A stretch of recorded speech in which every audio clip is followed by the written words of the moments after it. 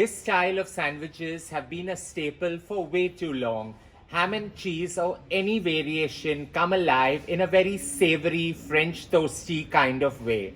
While the French or the Parisian name for this sandwich is a croque-monsieur, I more like calling it the very new age kind of way in a very Monte Cristo sandwich which conjures up images of windy bylanes and cool summer breeze. Let's get to creating my version of a very simple Monte Cristo sandwich. Let's get to cooking it. The beauty about this sandwich is it is so versatile. It allows you to play in any different style. So while I'm using day-old sandwich bread, you can use a baguette, you can use any variation of the perfect loaf. The trick here is to ensure you have some nice, good quality ham and some great cheese. So while I'm using a whaaat cheese, I love the flavor of whaaat. The sweet and the savory textures come really well. You can go right ahead and just use some sliced cheese that is available. Starting off this process is really very simple. I'm going to take the day-old sandwich bread that I have and add a spread. So while I'm adding a store-bought variant of a mayo, you can go right ahead and add a cream cheese variant or add anything just to mask the flavor of the bread and ensure that everything is moist and succulent within. With the bread lightly mayoed, now comes my twist with a sweet chili sauce just to bring that little spice element right into my Monte Cristo sandwich. Just put a little sweet chili sauce on each of the layers and then gets to adding the fun part. Now if you have roundels of ham, the best way to go is cut it into a cross in the center, just so that you get perfect corners in the middle of your sandwich. By having the ham cut into 4 in the center, it gives you the perfect corners right across your sandwich with the circumference coming right in the center. So you start off by lining it with ham and you put a slice of this gorgeous sweet and savory whaaat cheese in the middle with the next stack of ham coming on top of it. It's like a sandwich within a sandwich kind of an effect.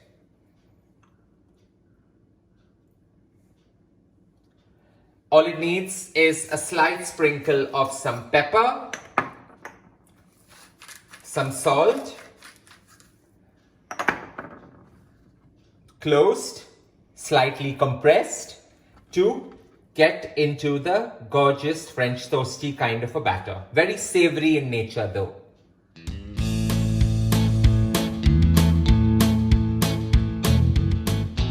While I'm creating these sandwiches for lunch and one for leftover binging at midnight, in my bowl to create the batter now, I've got 4 whole eggs. To this, I'm just going to add about 100 ml of milk.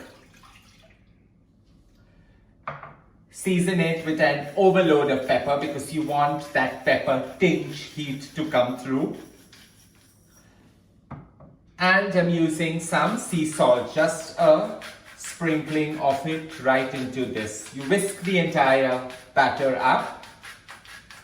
Little whisk. I'm using a broad basin out here to actually create this batter so that my sandwich can go in and get tossed both sides. Just give it a generous mix well. Ensure that you do not have it overflow with the momentum of the whisking. So just go into whisking this for about a minute to a minute and a half and get your pan nice and hot. Having the pan nice and hot, I'm just going to add 5 ml of oil over here. I'm using normal olive oil just so that the entire cube of butter doesn't burn. So while the butter melts, creating the perfect blend, I'm going to take my sandwich, dip it into this egg and milk batter, quite savory in nature, although very French toasty. Just mix it. Go right in and use your hands. That's the best way to get this done. And we're just going to put it right on the pan.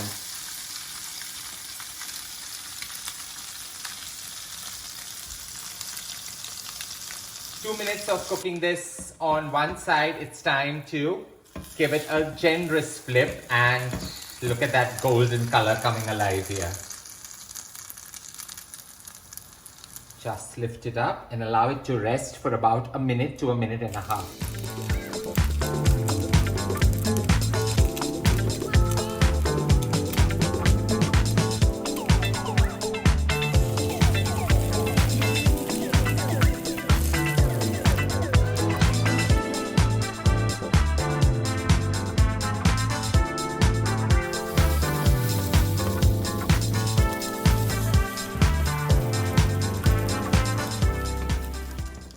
Smashing it down a little bit just allows everything to get compressed and holds its shape.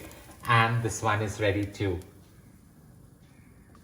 Now I'm just going to allow my leftover sandwich, which I plan to enjoy at midnight tonight, to be left in the pan so that it gets that additional crunch, perfect for midnight binging. To start, it's now time to cut our gorgeous sandwich.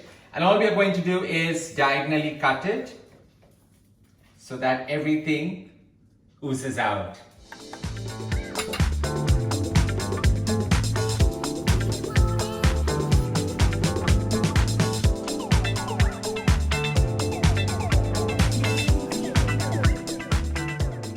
The cheese, melted, gooey in the center, encased within the ham, forms the perfect indulgence for a midweek lunch.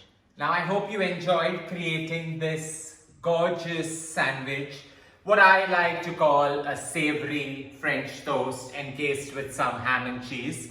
You can use any version or any variation inside to create this most rich and decadent delight. Don't forget to share loads of love by hitting on the like button, and as always, don't forget to subscribe.